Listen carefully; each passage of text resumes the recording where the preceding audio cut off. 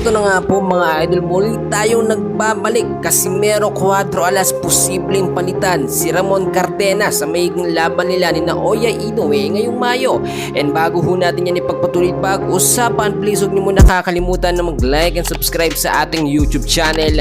Maraming salamat po mga kaibigan. Unahin na muna natin ng balita nga po sa nalalapit nga po na magiging laban ito nga pong halimon ng Japan na si Naoya Inoue sa May 4 o sa Mayo 4, 2025. Bale, gaganapin po yung laban niya sa T-Mobile Arena dito nga po sa Las Vegas.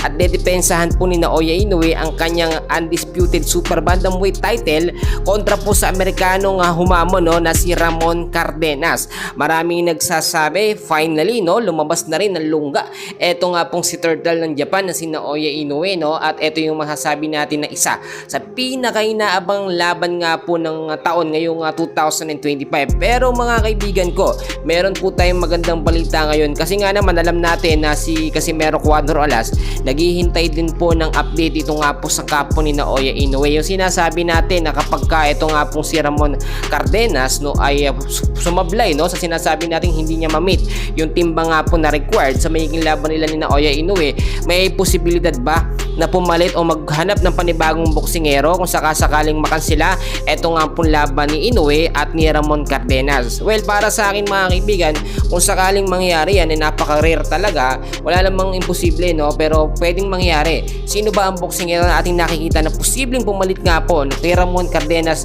yung kalidad na talagang kayang talunin si Inoue? Walang iba kundi ang ating pambato na si Casimero Cuadro Alas. Mga kaibigan, kung titignan nyo sa update, ito nga pong si Angas ng Pinas, tuloy-tuloy ho at halos araw-araw ho ang kanyang pag-e-ensayo. Mas lamang pa nga yung pag-e-ensayo ni Angas ng Pinas mga kaibigan kaysa sa kanyang pagpapahinga.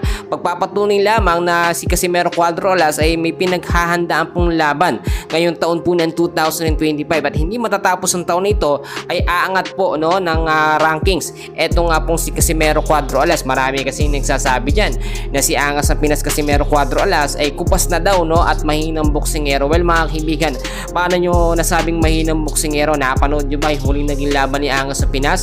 Nakita nyo naman mga kaibigan yung ginawa niya. Round 1 lamang yung huling naging laban niya mga kaibigan at sa next na laban ni Casimero inaabangan natin na maganda ang performance pa rin na ipapakita nitong si Angas ng Pinas. Well, alam nyo naman na itong si Inoue ay matagal lang umiiwas dito nga po kay Casimero Cuadro Alas kaya agad-agad na siyang humanap ng bigating kalaban. Eto namang humamon kay Inoue na si Ramon Cardenas mga kaibigan, hindi naman ito kalakasang boksingero. Kaya nga laging inaasar ni Angas ng Pinas si Inoue na puro mahihinang boksingero lang ang kayang talunin. So pa yan munang update natin and dyan lang kayo. Huwag niyong kakalimutan na mag-like and subscribe sa ating channel. Maraming salamat po.